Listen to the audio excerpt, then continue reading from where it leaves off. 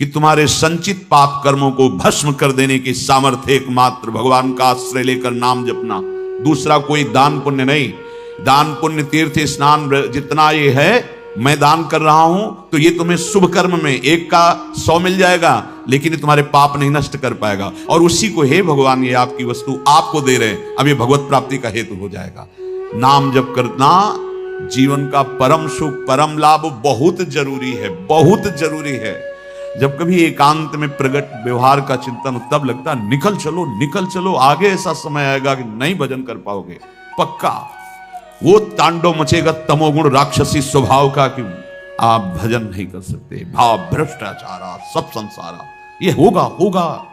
ये मत सोचो अगला जन्म हो जाए। कह रहे थे कि अब अगला जन्म हो मुझे भजन का, नहीं नहीं प्रभु ऐसा मत सोचो, आगे के लिए कोई गुंजाइश ही मत रखो। हाँ अगर जन्म हो तो आप साथ आओगे हमारे, हम अकेले नहीं रहेंगे। हमको प्रतिपल अनुभूति होनी चाहिए। राधिका रत निकुंज मंडली तत्र तत्र हृदय में विराजता, बस कोई बात नहीं। पर ये स्थिति है क्या? अभी जीते जी हमारी स्थिति नाम में निरंतर नहीं, फिर प्रियालाल के साथ रहना। तो इसलिए जिससे तुम्हारे दुख देने वाले वो पाप कर्म नष्ट होते, वो तो कार्य ही नहीं कर रहे हो। नाम जपना अच्छे से अच्छा कर्म यदि योग नहीं बना तो वो तुम्हारी आवागमन का ही हेतु होगा, मुक्त नहीं हो सकते। महाराज निग से ज्यादा अच्छा कर्म कोई नहीं कर सकता। बहुत संयमी महान दाता, हजारों लाखों गैया रोज जो है स्वर्ण से सींग मढ़ा करके ब्राह्मणों को दान करना, ब्राह्मणों को घर वस्त्र दान, ब्रह्म ऋषियों ऐसा सब। भजन की बात नहीं थी। क्या बने थे जाके? गिरगिट, कुएं में गिरगिट। बात समझ लो। कर्म योग बनना चाहिए, तो एक छोटा सा भी कर्म तुम्हें भगवत प्राप्ति करा सकता है। योग श्री कृष्ण अर्पणम मस्तु। ये तब आएगी समझ जब संत संग करोगे, शास्त्र स्वाध्याय करोगे, आस्तिकता रखोगे कि भगवान है और इस जीवन का लाभ भगवान का भजन, भगवान की प्राप्ति है। कर्म अच्छा तुम क्या जानते हो? किसे अच्छा कर्म करते हो? कैसे जानोगे अच्छा कर्म क्या है? गीता पढ़ो, संतों के वचनों से उसकी व्याख्या सुनो।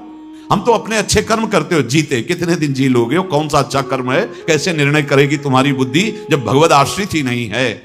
बुद्धि को प्रकाशित मार्ग में कौन चलाएगा? तुम्हारी सामर्थ्य नहीं, तुम्हारी तो अनंत जन्मों से उसी में भटकते रहे हो। बहुत बढ़िया बात है। मानो पाप का वृक्ष बहुत हरा भरा खूब बट वृक्ष के समान फैल गया है, उसके काटने के लिए नाम कुल्हाड़ है, तीक्ष्ण कुल्हाड़। हरि को तीक्ष्ण नाम कुठार, नाम राधा राधा राधा राधा। तुम्हारा ये पाप वृक्ष ढह जाएगा और सुख की प्राप्ति हो जाएगी। परेशान हैं लोग सुख के लिए, आचरण दुख वाले करते हैं जिससे दुख मिले। वेद पुराण भागवत गीता सबको ये मत सार। भव समुद्र हरि पद नौका बिनु को न उतारे पार। सब तजी भजिए नंद कुमार। वेद पुराण भागवत गीता ब्रह्म ऋषि महात्मा सब की बातें का सार है नाम। नाम भव समुद्र से पार होने की सुदृढ़ नौका हरि चरणों का आश्रय लेकर नाम जप करो। नाम यही जीवन का सार है। इसीलिए केवल जब भाव से बोलेगी, चर्चा आएगी अपने हृदय की, तो नाम नाम पकड़ लो। नाम नाम नहीं तो सब शून्य, नाम है तो हर शून्य 10 गुना फल देने वाला बन जाए।